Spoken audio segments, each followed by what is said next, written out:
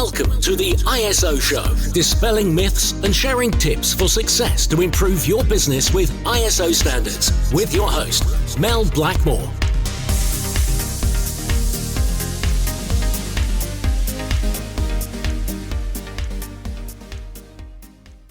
Hi, and welcome to the ISO Show. Well, back in 2021, we did a few podcasts on Carbonology because we were getting such a lot of inquiries about how a business could go carbon neutral. And at the time, so actually it's probably over a year ago now, we were looking at ISO 14064, the carbon footprint verification standard, and also PAS 2060, the carbon neutrality standard. Now, since we did the Carbonology recordings last year, where we explained about what 14064 was in detail, and also PAS 2060, we've been really busy with working with companies to help them to become carbon neutral. Some organisations are just looking for an understanding of their carbon footprint, and so we've been carrying out verification services around that. And because of the interest in this particular area, I thought it'd be useful to bring David, our resident carbonologist, back in so we can actually break down the 7 steps in carbonology down into much greater detail. Now, what we're going to be doing is over the next 7 episodes is breaking down each of those 7 stages into bite-sized chunks. So this will then enable you to have a think about whether you're already on that journey or whether you may need advice and support with it. And so what we'd like to do is offer all of our ISO Show listeners a free consultation with David. So all you need to do is just drop him an email, and his contact details are in the ISO Show notes, which obviously you'll be able to find on all the main players, but also on our Blackmores website. That's blackmoresuk.com. and also on our membership portal, the isologyhub.com. So let's dive into the very first stage, which is define. But as I said, over the next 7 series of this podcast episode, we'll be taking you through all 7 steps. So what are the 7 steps? Well, quite simply, they're to define. So defining your carbon footprint. Quantification is number 2, commit is number 3, reduce is number 4, requantify is number 5, offsetting for number 6, and declaration for number 7. So we're going to kick off with the very first podcast and look at define. So that's the very first thing that you need to do when you're embarking on looking at how you can become carbon neutral, because you need to understand exactly what it is that you're looking at verifying in terms of your carbon footprint. So without further ado, I'd love to welcome back David Algar, our resident carbonologist. Welcome back, David. Hi, Mel. Thanks for having me on again. Great. So I know you've been really busy working with a number of clients on taking them through these 7 stages. And this is obviously a great opportunity for our ISO Show listeners to be able to get a much better understanding of the journey that you take them through. So over to you. Can you just walk us through the define stage within carbonology?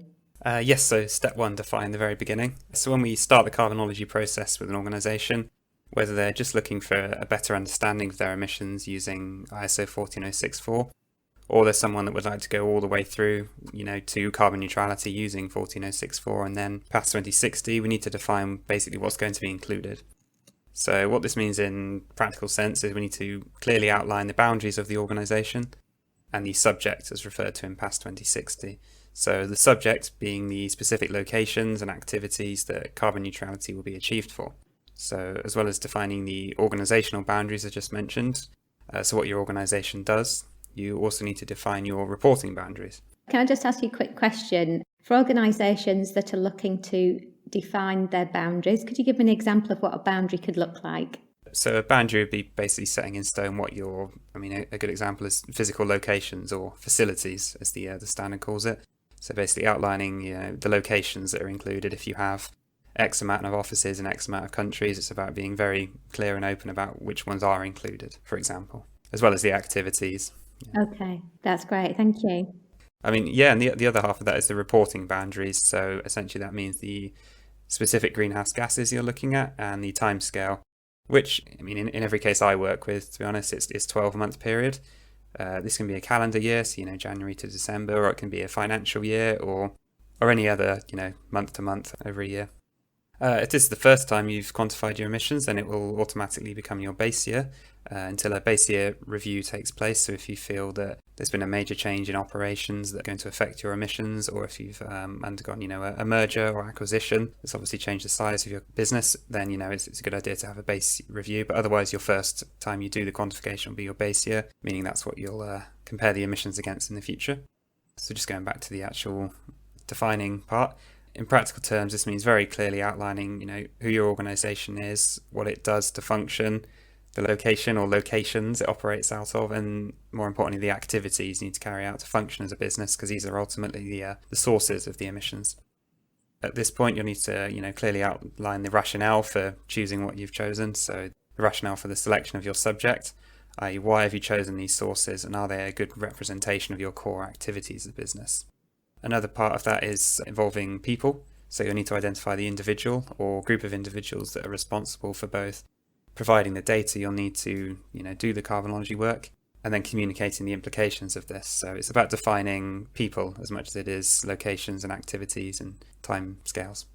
Okay, so if we look at an example of a project that you've worked on with a client, obviously not naming names, but could you give an example of the type of people that have been involved and how you established, the selection of the subject, as you called it, which I know is terminology from the standard? But in terms of the people I speak to, it does vary depending on which organisation, but usually it's a quality manager or some sort of equivalent that manages ISO systems within the business is my main sort of point of contact, and then we start to branch out to other departments such as travel, HR, to get data on stuff such as business travel. Other useful people I speak to are people involved with sort of facilities management. So obviously they'll have access to a lot of the energy and utilities data, so that's always a very useful contact. And some people I've been speaking to recently are in IT, because obviously they'll be in charge of a lot of the big purchases of computers and screens and keyboards, etc. Which obviously there's a lot of emissions involved. So I find that the more people involved, generally, in theory, the better it is for gathering data and defining the subject. So is it useful then at the very outset to have a meeting with, representatives of the leadership team to explain about ISO 14064 and the purpose of defining, the scope and boundaries? Exactly, yeah. Having an initial meeting just to relay expectations and the actual work that's involved is always useful. Yeah, okay, great. And I mentioned about the selection of the subject that you mentioned, which again is terminology from the standard. But how do you actually help a client to determine the selection of the subject? So when you're defining the subject, it has to be a true and fair representation of your core activities. So again, it's about thinking essentially what you do as a business. Do you travel? Do you sell a product? Do you operate out of a factory or an office? So that's part of it. A lot of it ultimately is determined by what data is available when you're defining stuff. So, if you can only start with your head office and, you can't go back in time and get data on your other offices, then so be it. It's good to start somewhere. But the point of clearly defining the subject and boundaries is to really transparently present the elements of your organisation that have had their emissions quantified and offset. So obviously those will be the ones that have actually achieved neutrality. Yes. So let's say if it was an organisation in the UK that may have, say, 10 locations, but you have got data for 8 of them, but 2 of them may be new, so you don't have that information. You just need to make it very clear that it's just 8 within scope. Is that fair to say? Exactly. It's about being very clear about what's included, not necessarily making a big list of things that are not included, just being very clear about what is included. I mean, getting ahead of ourselves here in terms of the next episodes, but when it comes to an example like that, you'd be, again, very clear about what's got direct primary data and what you've estimated for. Okay. So, I mean, what's the point in, clearly defining the subject and boundaries transparently? I mean, when you make a public declaration of carbon neutrality, it's really within your interest to be open about what's included. I mean, using the example, it's better to be open from the beginning of a report, the actual documents, than writing a very small footnote at the bottom of the report saying, we've excluded this because people would pick up on that. The other side of that is, it really avoids going down a rabbit hole of endless data collection and quantification as you essentially lay out what's going to be included within your boundaries and what's not. Like I said, it's important these boundaries are a true representation of your activities, but you really need to define an endpoint somewhere just from a practicality standpoint. So is there a recommended approach that you would use for defining the subject and boundaries? Yes, so in the standards, this can be achieved by the control approach, so the locations you have operational or financial control over. The other approach is the equity share approach. So this is where you look at the proportion of emissions you're responsible for from a given facility. So, simple example, if you operate out of a factory and you're responsible for 20% of the products that come out of it, you could potentially and hypothetically say you're responsible for 20% of the emissions. So it's a operational financial control approach or the equity share approach. Okay, that's interesting. And based on your experience, which approach have most clients gone down? The operational and financial control approach, I would say I haven't actually worked with anyone that's done the equity share approach yet off the top of my head. Okay, now that's interesting. Obviously it does make sense if you're looking at investing in carbon offsetting as well, if an organisation is going to go down the carbon neutrality route, that you're going in there with your eyes wide open in terms of the financial cost, but also the financial cost of not doing anything as well. So, we know that a lot of organisations will leak money through not actually being able to clearly understand what their costs are as a business, where it comes to energy, the certain other overhead costs as well, that all have an impact on the environment. So, I think it's definitely a useful exercise, isn't it, from a financial perspective? And obviously you need to have operational controls in order to be able to implement change. Exactly, yes. Okay, great. So coming up to the end of this stage then, this defined stage, what are the outcomes and deliverables then that you provide?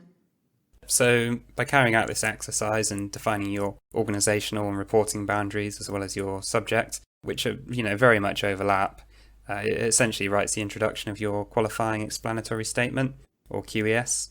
This is the document that PAS 2060 requires you to produce, and it includes basically all your information relevant to your declaration of carbon neutrality and all supporting greenhouse gas information.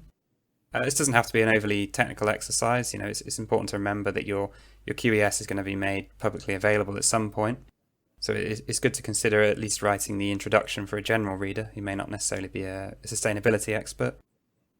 And then once everything is actually defined, it will set you up nicely for the next step, as you'll have a clear checklist of what information needs to be gathered to quantify your carbon footprint for the subject. Yeah, you don't want to go straight into doing the number crunching if you don't actually know what the scope and boundaries are. So it's really useful, because otherwise you could be wasting your time looking for certain data when actually it doesn't exist for whatever reason, or it's not part of the remit.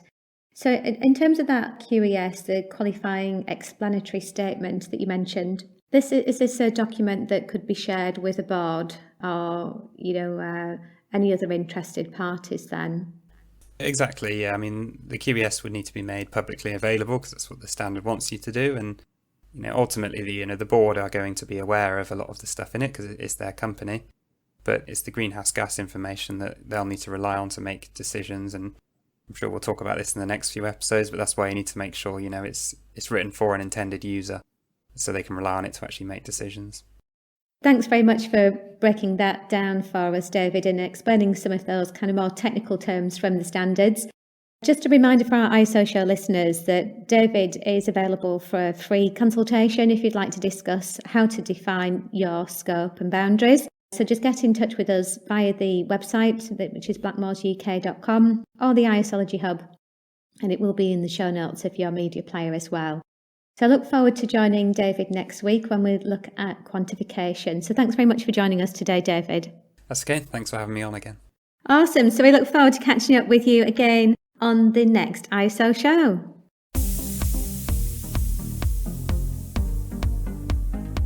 Looking to use ISO standards to drive better business practice? Contact us at blackmoresuk.com to access further information and book your free 15-minute call.